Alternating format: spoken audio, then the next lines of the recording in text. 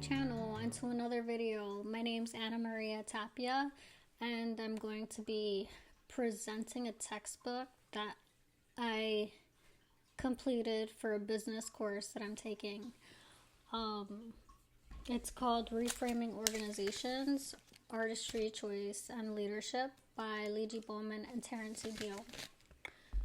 So I am going to leave a link somewhere on this video, but I did previously go over the introduction of the textbook briefly and the 4 frames that the text covers. Those 4 frames are important to understanding this last segment that I'm doing today in this video. So I would go back and watch them so that you could better understand how I'm going to be explaining restructuring by using not just one frame but multiple frames. This last video covers improving leadership practice. So to introduce you to the segment of leadership, we can define what a manager's role is. To set an example and to implement policies and procedures, whether they're already established or they're being established. Usually it's established by operations, if that's a separate department, or if it's a person that just holds that title. But yeah, being a manager has a multitude of responsibilities that comes with the role.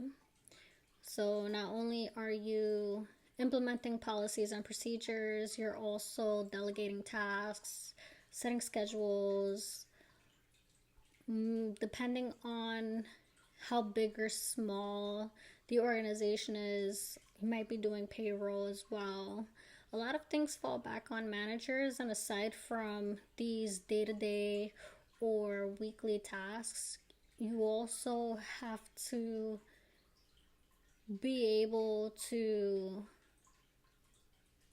have the emotional intelligence and the maturity to deal with conflicts and changes, whether it's a structural or environmental change within the organization, or if it's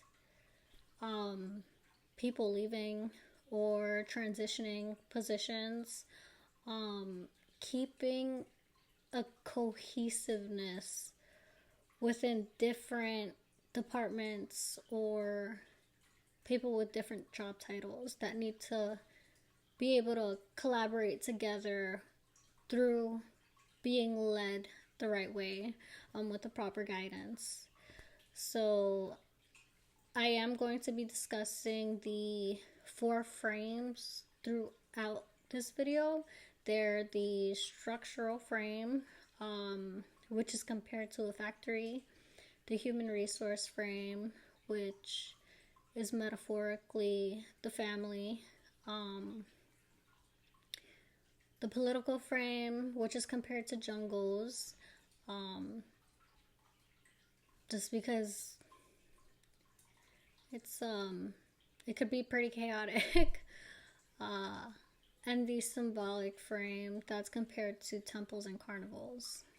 So in the text, there is an exhibit 15.1 that does go over what I just previously stated, in other words, but 5 different processes to use with the 4 frameworks of an organization is road mapping.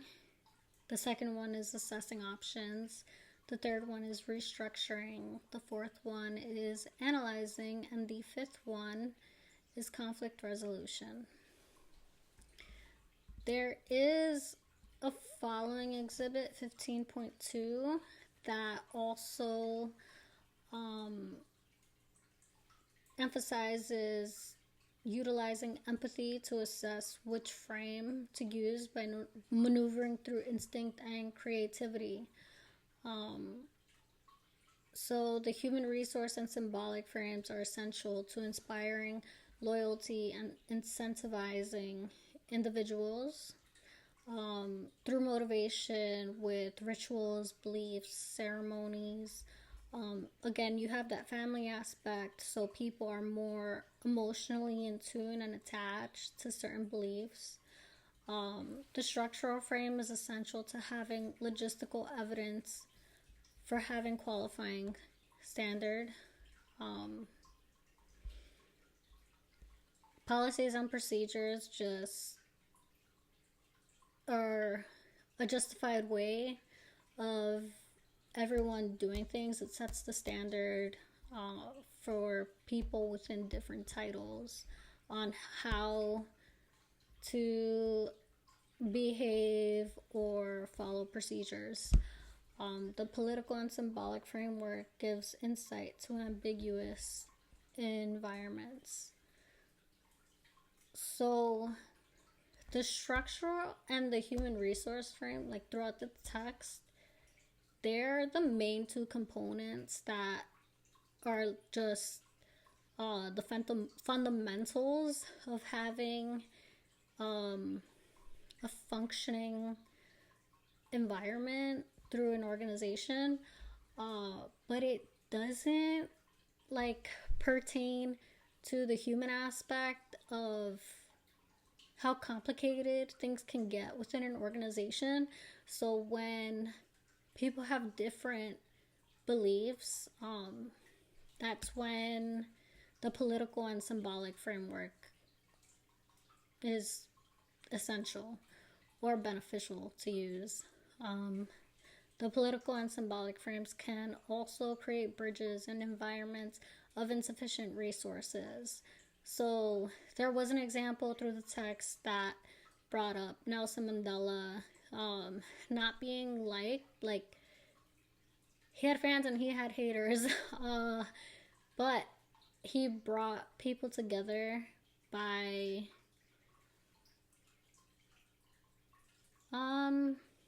just being more personable towards those that he knew didn't favor him.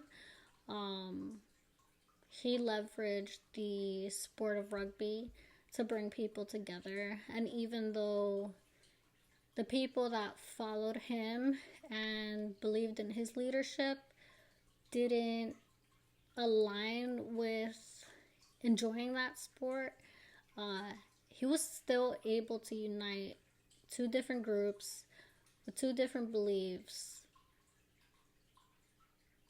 in a sport, which is pretty symbolic of how an event can bring people together. So, using that ceremonial aspect of the symbolic frame.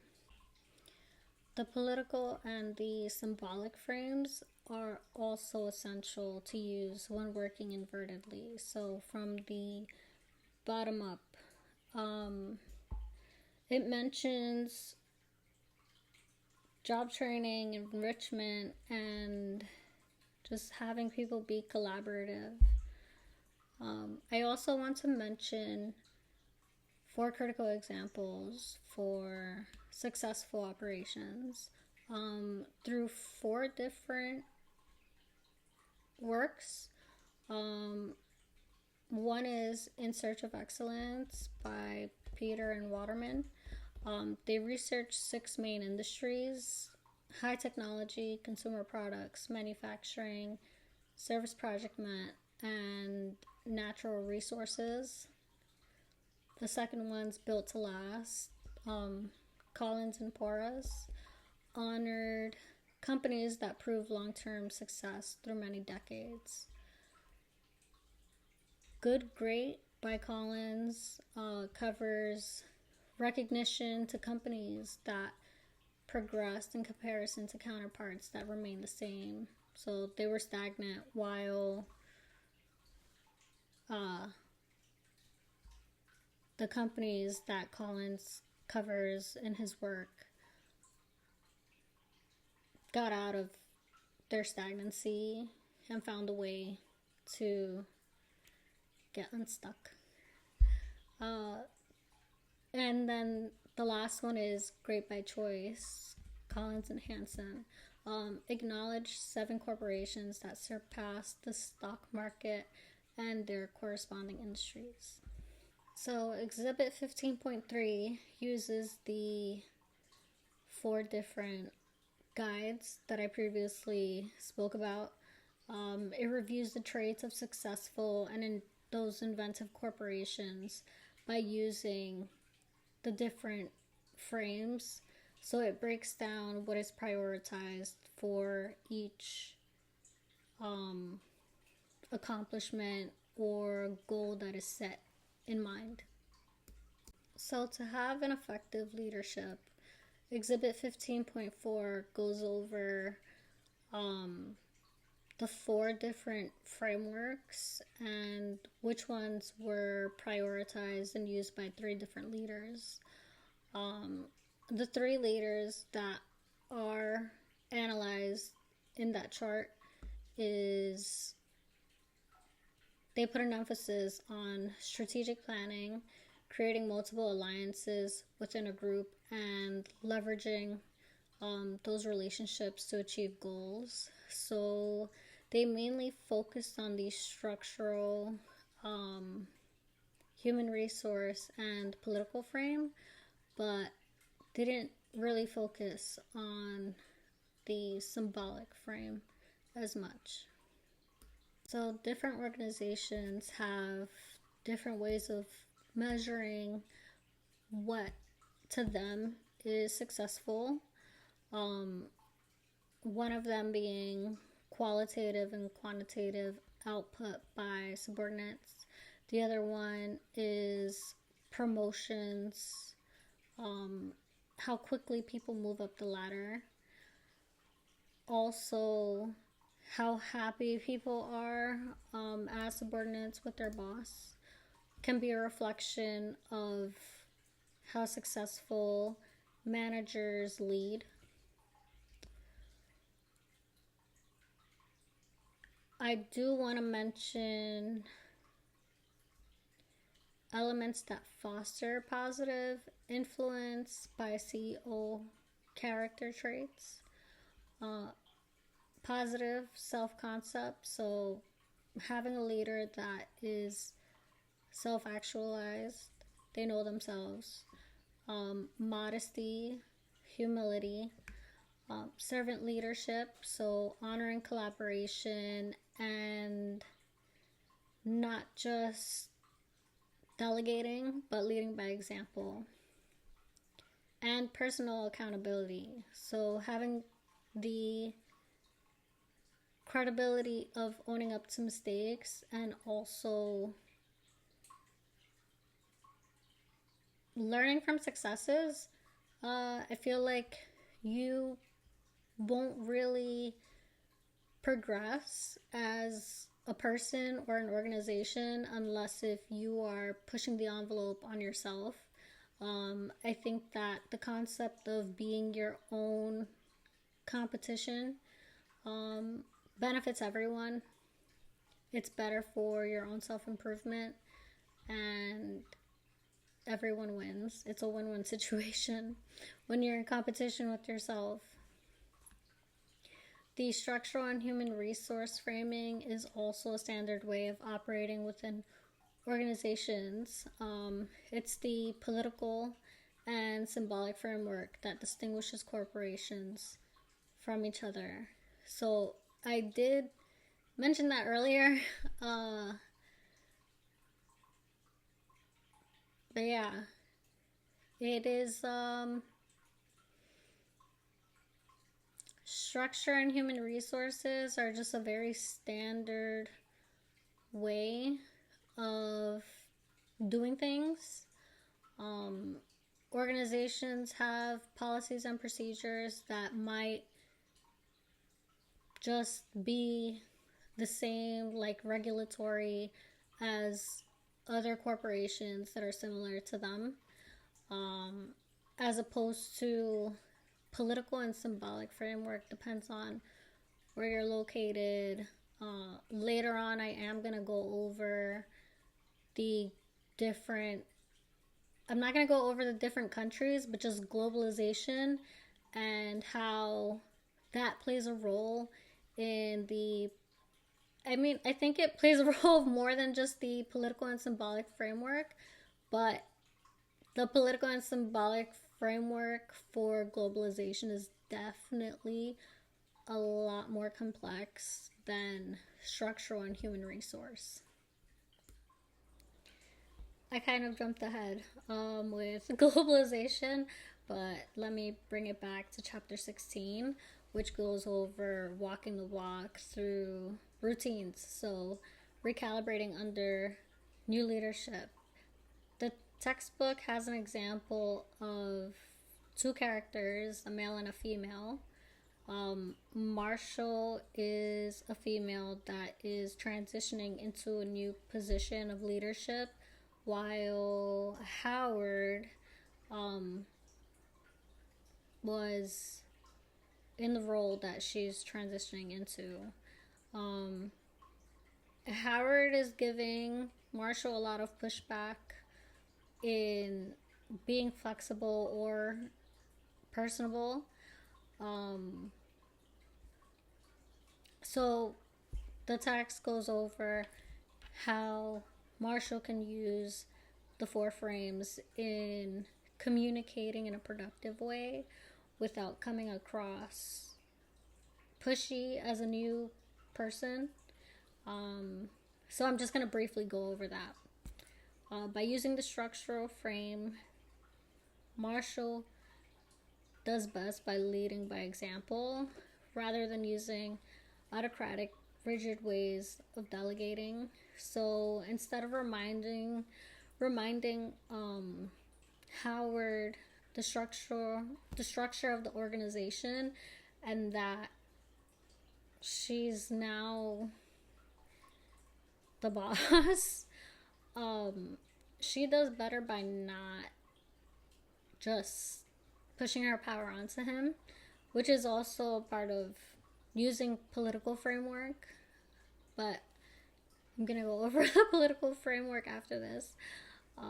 The human resource frame is used best when she uses personable skills in order to understand and develop relationships with the subordinates and other stakeholders. So rather than being defensive, she inquires and shows that she cares, shows that she doesn't want to impede on whatever they already have established. She wants to collaborate and adapt to her environment.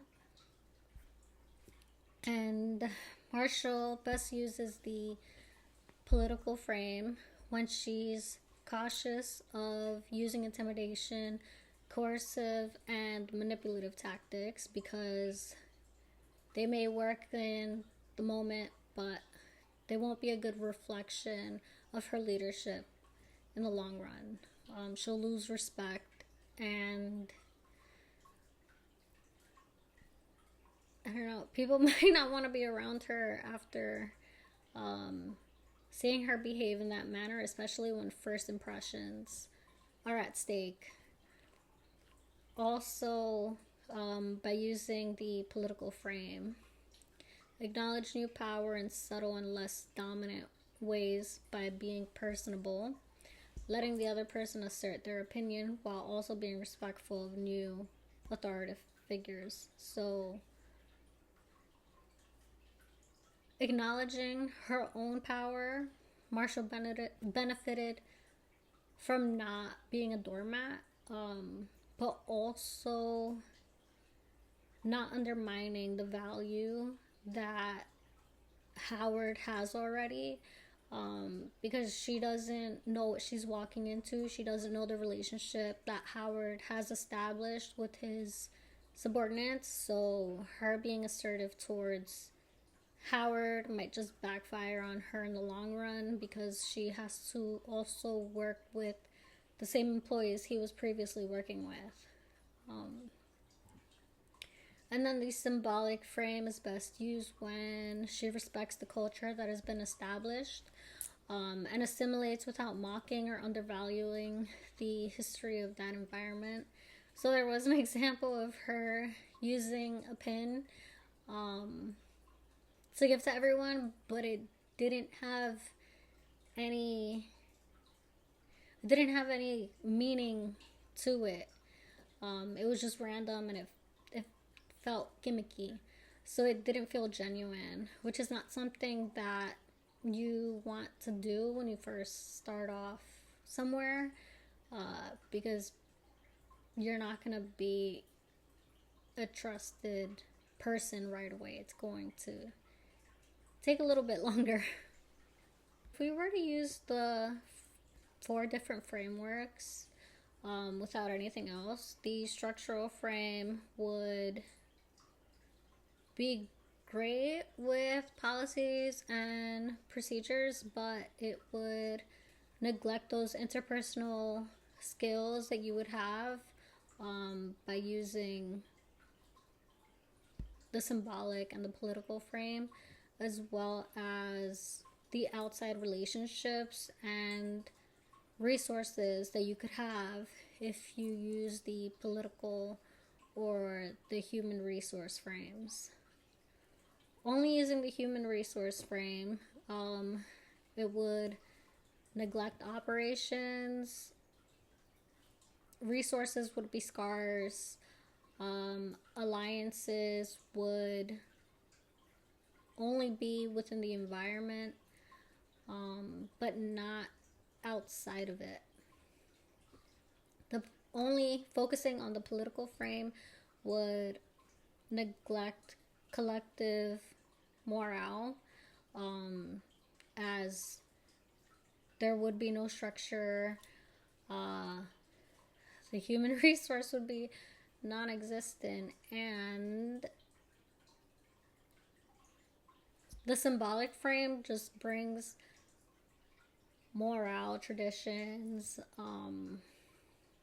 meaning, and purpose. So it would just be self-fulfilling to just follow the political frame. It would just heighten the competition as well. And the symbolic frame, only focusing on the symbolic frame, genuineness is essential to reframing values and culture, and between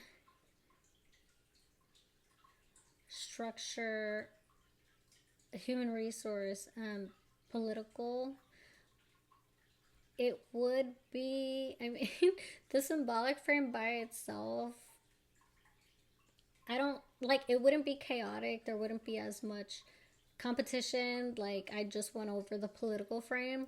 But there wouldn't be any direction. Chapter 17 goes over hypothesizing and exercising leadership skills. So it goes over 2 recognizable ways of comprehending leadership. One is the quantitative analytic, and the other one is qualitative holistic. I'm going to go over the quantitative analytic first, that provides statistics to expand on leadership theory.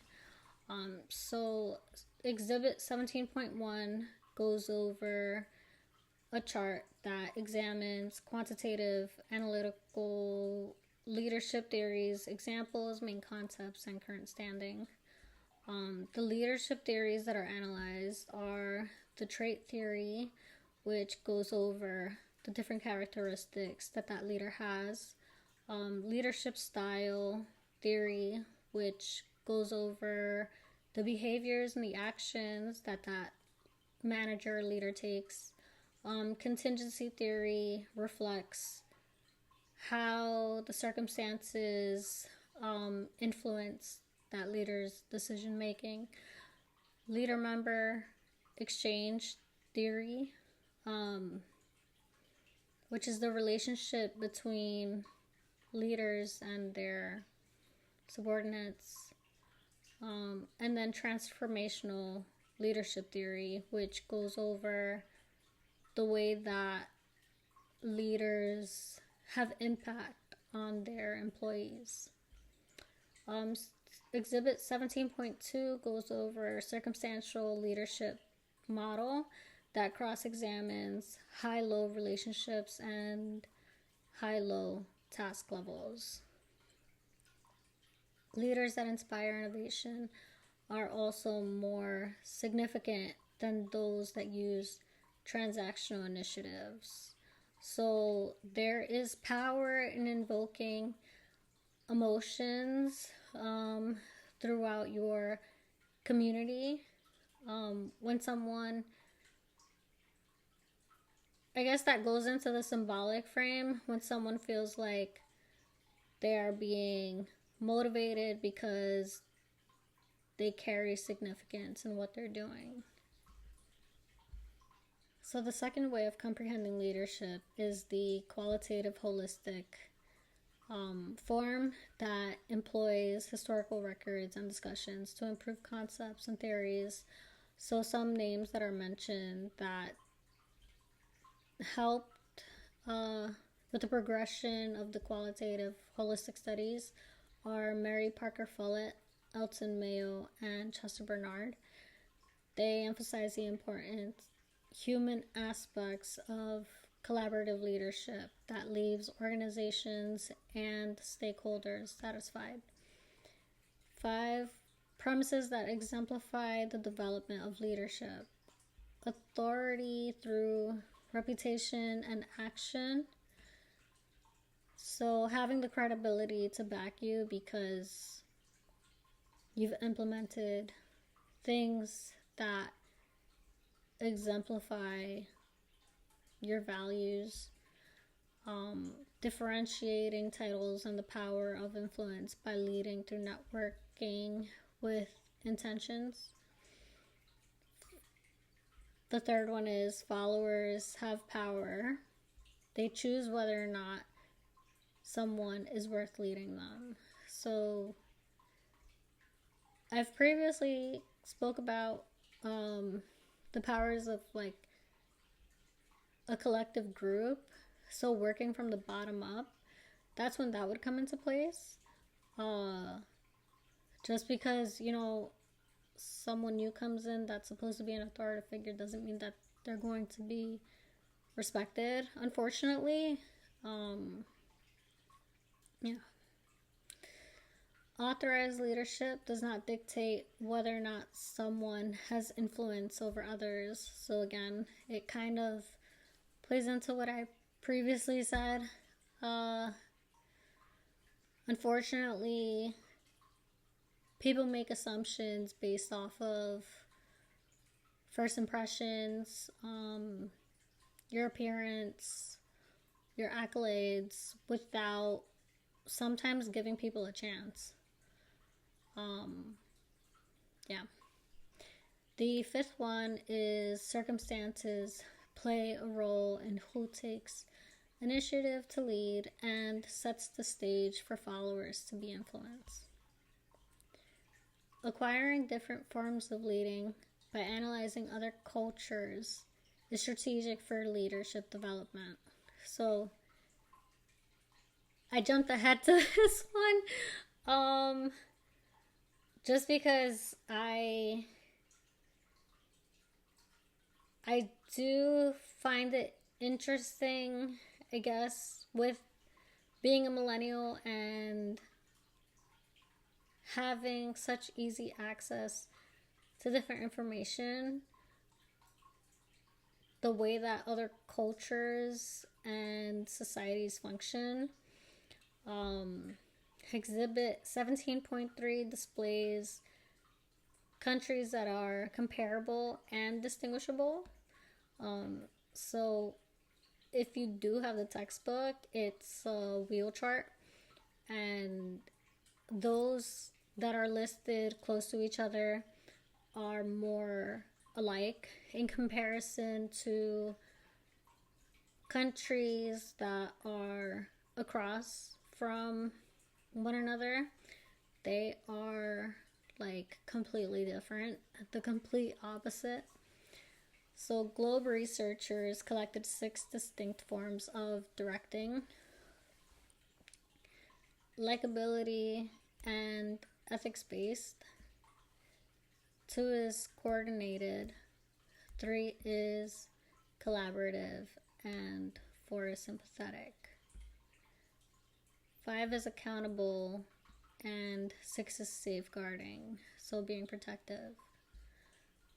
Also, gender biases and assumptions in relation to leadership, political versus symbolic traits of masculine and feminine counterparts. 1 would be stereotypes. So usually a male would be seen as management material. If you were to close your eyes and say, oh, we got a new manager, you might make the assumption in your head like it's a guy. If you have that bias. Second one is expectations of priorities. So it's the again, the gender expectation that's been traditionally just implemented in every household, that a woman is going to prioritize her family and a man is going to provide. So there's that expectation, societal expectation. The third one is discrimination, which usually stands against women, as women have different reproductive systems as males. So there has been instances where people have gone on maternity leave. When they come back to a corporation, even though it's illegal, sometimes they find a way to get rid of that person, and they're not going to admit that they're discriminating against them because they were just on maternity leave and gone for however long, whether it was throughout that long-term period of 12 weeks in the state of New York, or if it was just incremental throughout the year. It happens. Reproductive differences between male and female counterparts. Again, like I said, females tend to hold the baby in the womb, so females tend to have more, I don't want to say more responsibilities, because males have a lot of responsibilities too. It just depends on the structure of everyone's household. People do things differently. But I'll just say that now we have been more progressive in having males be able to take off for paternity leave. But there could be complications that come with a female going on maternity leave or having a child. It's not easy or simple. The next one, sacrifices that women make due to societal expectations. So it's been just societally normal for females to get married and have kids and a family. I think that society has progressed more in the aspect of giving females higher roles, but it comes at the cost of their family or their goals. When it comes to having a relationship, sometimes a lot of women get married and they end up getting a divorce because their career is their first priority, and that is okay. In the text, it does use Kamala Harris as an example to someone with a humble and honorable man that stepped back from his career. He left his law firm in order to be supportive of his wife. So there is, those men that are supportive, but you don't commonly see that within relationships, so it's really hard. Also, female sustainability in leadership roles. So women have a harder time in being supported and holding credibility when it comes to their work. Yeah. And that concludes chapter 17. So now I'm going to go over chapter 18, which is recalibrating leadership, structural leadership. So structural leadership, organizations can prioritize the way that they operate depending on the type of corporation that it is. So Jeff Bezos is an example of someone that prioritizes structural leadership because he is data and financially focused.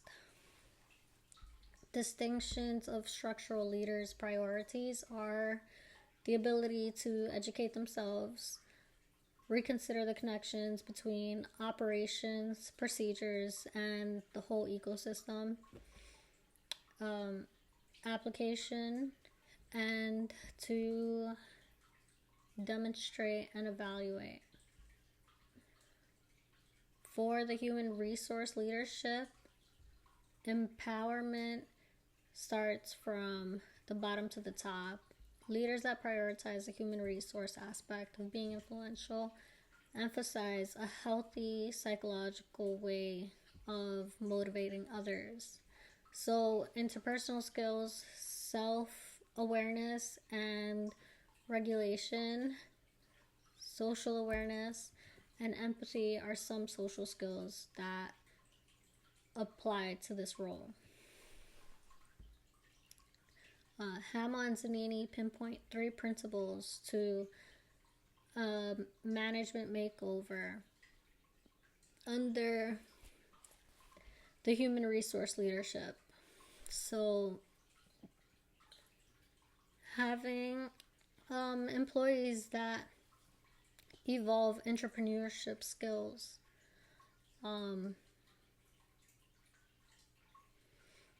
so it's giving those tools to your employees to empower them. The second one is to build bridges between laborers and clients. The third one is make the corporation essential by building bonds with the environment and making the environment dependent on that corporation. So creating that influence and power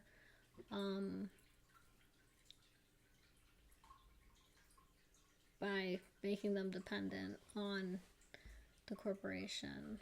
Their fundamentals of personable leadership would be to have confidence in the subordinate's competence, being warm and welcoming, so being easily accessible, walking around and nurturing your relationships with your constituents, and legitimizing credibilities of employees by the way that you respect them as stakeholders. So letting employees know that they play a crucial role, that they are needed and wanted in that environment. You're not just exploiting them for their work, that you honor them. So for political leadership, Lee Iacocca implemented principles for political leaders. One is differentiate wants versus needs. Two is assess key players, resources, and influence. Three is prioritize relationships by a hierarchy of privileges. So, in assessing the key players, you would know who they have close bond with, where you can utilize the resources that they have access to. And the fourth one is use persuasion, bargaining, and coercion as different methods to meet goals. Through symbolic leadership, symbolic leaders perform through these actions. So they lead by example. They don't just delegate, they inspire by practicing what they preach. The second one is that they captivate their associates by taking the first initiative, instead of having the expectation that associates should just do. Three is influence the narrative of different experiences towards one that is positive. So keeping that mindset and sharing that positive mindset with your employees. Fourth is inspire associates into the future by collaborating with the collective morals and necessities. The fifth one is to use storytelling as a way to unite a diverse community, telling the history, present day, and vision of the future. So that was chapter 18. I'm now going to go over chapter 19, which is restructuring modifications in institutions. Initiating change within organizations has mobilized different methods of restructuring. So there's two different methods that are mentioned in the text. Theory E, which is a hierarchical top-down approach that prioritizes the stakeholders, and Theory O, which is a collaborative approach that focuses on the organization's culture, so it has everyone included. Implementing the framework necessary to recalibrate the structural, human resource, political, and symbolic perspectives is further analyzed in this chapter. Remodeling requires a complex understanding of working through contradictions for short and long-term goals. Top-down initiatives are setups for failure. Carrying out change requires a support from the bottom line first. It requires retraining by reestablishing delegated responsibilities and improving structures. Open communication to stakeholders in opposition. So then that way, in the long run, it isn't something that is going to appear. Sometimes when people don't feel heard, they withhold that resentment, and sooner or later it's going to come out. So it's better to confront it while the changes are being done so that they could be a part of implementing, and like through negotiations for those changes. Reinitiating established symbolic rituals and ceremonies that bring soul to the organization. So Exhibit 19.1 examines the four frames in relationship to challenges and procedures to overcome them. Management should prioritize a budget for employees to receive transformative instruction that will help improve organizations. It is also crucial that employees are adaptable, humble, and flexible to change in order for new policies and procedures to be in place without needing to have new teams. In retail, I've heard of plenty of times where a manager will leave or get fired, and then there's kind of a shakeup of employees that feel that there's gonna be this cleaning of house. So understanding that new management comes in and sometimes they want their own people to be employed there, or just knowing that, I guess, corporate wants to only keep people that are going to be supportive of those changes. So if you're not supportive of those changes, you're gonna get the boot. Without like saying it out loud, but retail just has a reputation for people going in and out of it, and because of that, it's really hard to sustain an environment for a long period of time where it feels like a long-term community. Like, thankfully, I've mentioned my experience with bands, and I never experienced that there. I've never been a part of a cleaning of the house. I've always transitioned to something different. But yeah. So 3 core notions on how revisions are actively implemented. By 1, procedure, 2, inspection, and 3, adaptation to surroundings. Conflict resolution is an artistry that is practiced by negotiation and bargaining by oppositional viewers. The political frame emphasizes alliances and dialogue in order to resolve that friction. Individuals give meaning to articles that symbolize an emotional devotion to an event or an item. The symbolic frame is used for groups and people to rejoice, mourn, and cope collectively. Rituals and ceremonies are beneficial for helping people to adapt and accept change. So, implementing successful modifications through 8 phases. First, you would start off with insisting the importance. The second one is to create an influential group to implement necessary changes.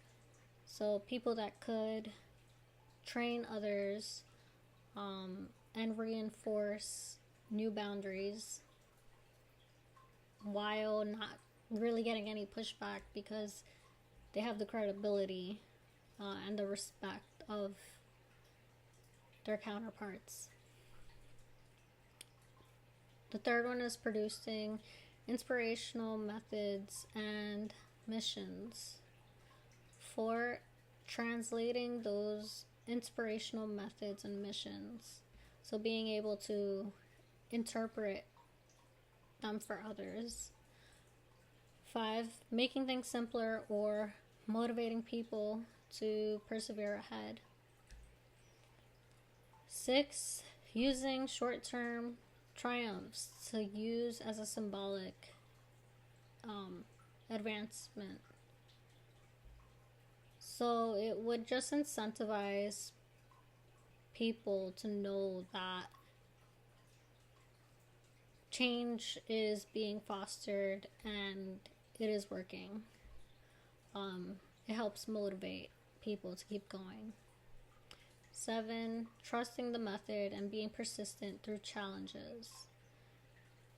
So, not giving up on the procedures that you're trying to implement.